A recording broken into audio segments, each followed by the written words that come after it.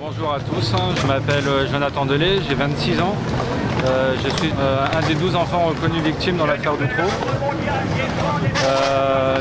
Nous sommes ici, place de la République, pour une marche blanche, un rassemblement pour les enfants, pour les personnes handicapées, pour les placements abusifs. Et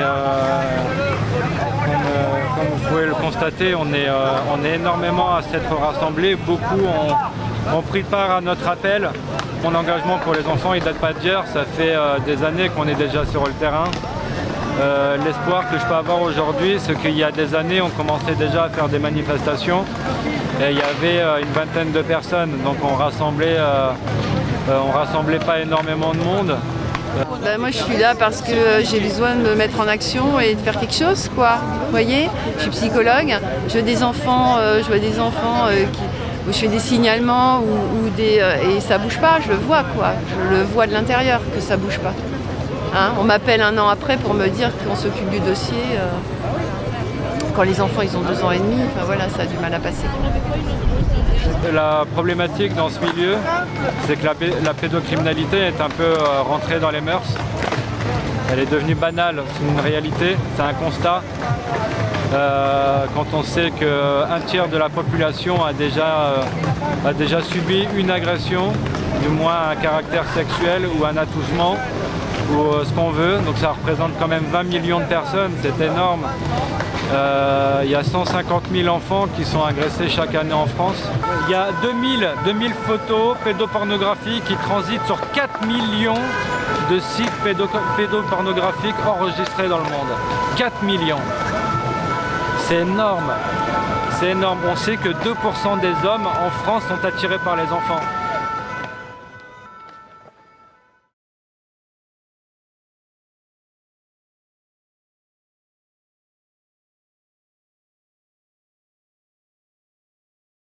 Nous nous sentons concernés par la souffrance des enfants qui sont victimes de la pédocriminalité, soit en famille, soit à l'extérieur par des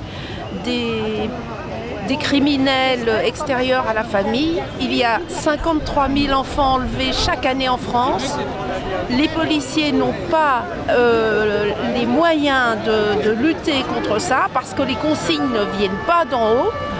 Les policiers qui luttent contre la pédocriminalité, contre les réseaux criminels, sont très peu. Il y en a à peu près une trentaine. C'est totalement insuffisant pour suivre les pédocriminels sur Internet. De toute façon, que ce soit policiers, enquêteurs, toute personne de corps de métier qui font partie d'un système, ils obéissent aux ordres. Là, le problème, c'est qu'on n'interagit pas d'une façon ou d'une autre sans aucune raison.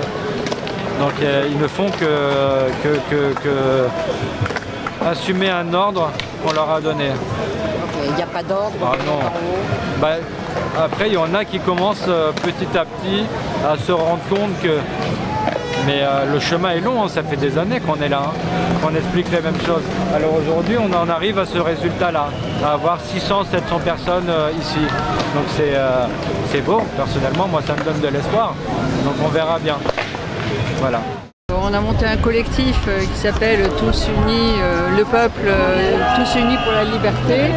Et en fait, donc il y a des mesures liberticides qui empêchent au peuple de comprendre ce qui se passe. Alors déjà des mesures liberticides concernant le coronavirus, on le connaît, mais aussi qui empêchent de montrer tout ce qui se passe dans le monde. Et dans le monde, il y a cette lutte contre la pédocriminalité qui est immense, sauf en France. Pourquoi ?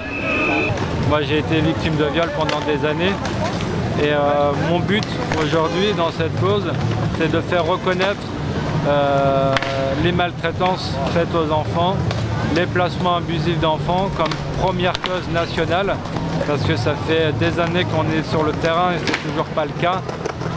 Il faut savoir qu'un enfant dans les conditions où il est reçu n'est pas écouté, n'est pas entendu, est discriminé, humilié, auditionné dans des conditions, je ne vous laisse même pas deviner.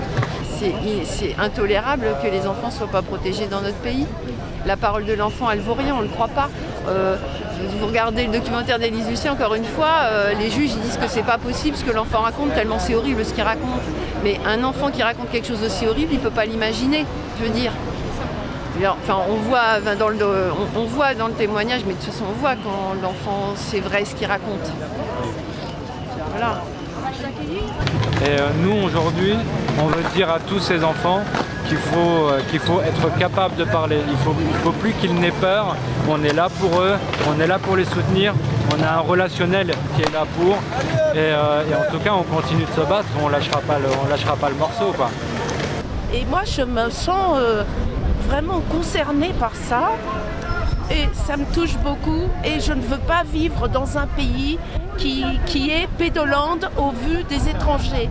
Quand le FBI enquête sur les réseaux pédocriminels, il y a des milliers d'arrestations en Australie, en Allemagne. En France, il y en a 60. On voit bien que les autorités ne s'intéressent pas au sujet ou même sont activement complices pour ne pas dire plus. La pédocriminalité, elle est rentrée dans les mœurs, elle fait partie du quotidien de tout le monde. Il n'y a personne qui en parle. Parce que 90% des histoires de mœurs sont des histoires intrafamiliales. Touchent au moins un membre de la famille. C'est grave. Comment on peut estimer qu'une gamine, ça s'est passé en Bretagne, une gamine de 4 ans et demi est reconnue consentante d'une agression sexuelle, 4 ans et demi. Donc il faut faire quelque chose, il faut que les gens, parce que les gens ne savent pas. En fait, voilà, on vit nos vies, tout ça, et on n'est pas au courant que. Mais ici, si vous regardez, parce que là, je vous parle du documentaire d'Élise Lucet, et il a été fait en 1998, quoi. Donc c'est un documentaire, ça fait 20 ans, il n'y a rien qu'à bouger.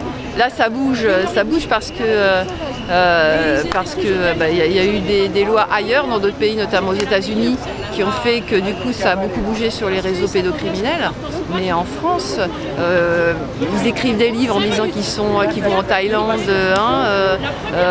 pour coucher avec des mineurs. Ils passent sur apostrophe, tout le monde rigole. C'est une catastrophe. C'est complètement banalisé. Comme si c'est dramatique. Ils tuent des enfants parce que c'est un crime psychique, un viol d'enfant. Mon association, elle s'appelle Stop Violence Enfants. On l'a conçue il y a quelques années. J'ai créé l'association parce que émotivement, j'avais la rage de vaincre. Je n'arrivais plus à manger, je n'arrivais plus à dormir. Et donc au bout d'un moment, je me suis rendu compte qu'on était face à un mur. Et j'ai pété les plombs. Donc pendant quelques années, on l'a un peu mis de côté. Et donc aujourd'hui, je suis prêt à la reprendre et je suis en train tranquillement de la remettre en place. Personne n'est pratiquement au courant. Regardez le monde qu'il y a. Et on n'en parle pas. Parce que voilà, ils nous mentent à la télévision, n'en parlons pas. Ils nous mentent sur tout. Ils nous mentent sur ce qui passe dans le monde. Ils n'en parlent pas d'ailleurs en plus. Hein. Vous voyez, c'est effrayant. C'est pour ça que tous les Français devraient se lever pour défendre les enfants. Il y a beaucoup de Français qui n'y croient pas, c'est ça le truc. Moi, je dois dire que c'est vrai qu'au début, quand on commence à chercher, on n'y croit pas, on se dit c'est quand même pas possible à ce point-là, quoi. Et puis quand on commence à se renseigner, à écouter, là, force est de constater, en fait, on peut pas faire autrement que d'y croire. C'est désolant, mais c'est dramatique, mais c'est réel. J'ai un livre qui sort dans quelques temps, qui s'appelle Au-delà de l'irréparable. Qui est aux éditions Louise Courteau, Une vie d'un enfant à travers l'affaire d'Outreau. Parce qu'il y a beaucoup, il faut vraiment que les Français doivent savoir à quel point ils ont été dupés il y a 20 ans. C'est une réalité. J'ai donné mon dossier à un avocat qui se bat justement pour les enfants. En 1000 pages, le dossier fait 32 000 pages. Hein. En 1000 pages, il a répertorié entre 600 et 700 fautes en procédure de droit. C'est énorme, c'est énorme. Quand on voit les enfants, nous on a été indemnisés à hauteur de 32 000 €. Il y a un des acquittés qui a touché 2 200 000 €. Il y a 13 personnes qui sont sorties de prison, qui ont été acquittées. Mais moi je le répète, hein, on est acquitté au bénéfice du doute. On n'est pas acquitté parce qu'on est innocent. Hein. La trésorerie a débloqué 10 millions d'euros pour l'ensemble de ces 13 acquittés. Il fallait absolument enterrer l'affaire d'Outreau. Éric Dupond-Moretti qui vient aujourd'hui me dire en face que le dossier était défendable. En aucunement. Quand ils ont rendu la décision de justice en décembre 2005, Yves Bott, qui est l'ancien procureur général de la République, va venir acquitter ces 13 personnes au nom avec les excuses de la République, avant même que les jurés n'aient rendu leur délibéré. C'est ce qu'on appelle une décision sur le siège et c'est très grave. Le lendemain, il a été promu à la Cour européenne des droits de l'homme. Je suis persuadé qu'un jour, c'est une phrase d'un avocat, de mon avocat, d'un de mes deux avocats qui était là au procès de Rennes, et qui a dit un jour, un historien s'intéressera à l'affaire d'Outreau et la vérité éclatera. Quand on se met en action, ça va mieux. Donc quand on agit, quand on est là, déjà il y a eu une ambiance, enfin voilà, parce qu'on est tous concernés par un sujet qui est quand même essentiel. Et le fait de venir, ça permet vraiment de se sentir mieux parce qu'on agit, quoi. Eh bien, je pense que vraiment tous les Français doivent être là pour protéger nos enfants, les enfants de France, qui sont l'avenir du monde et qui sont la beauté du monde.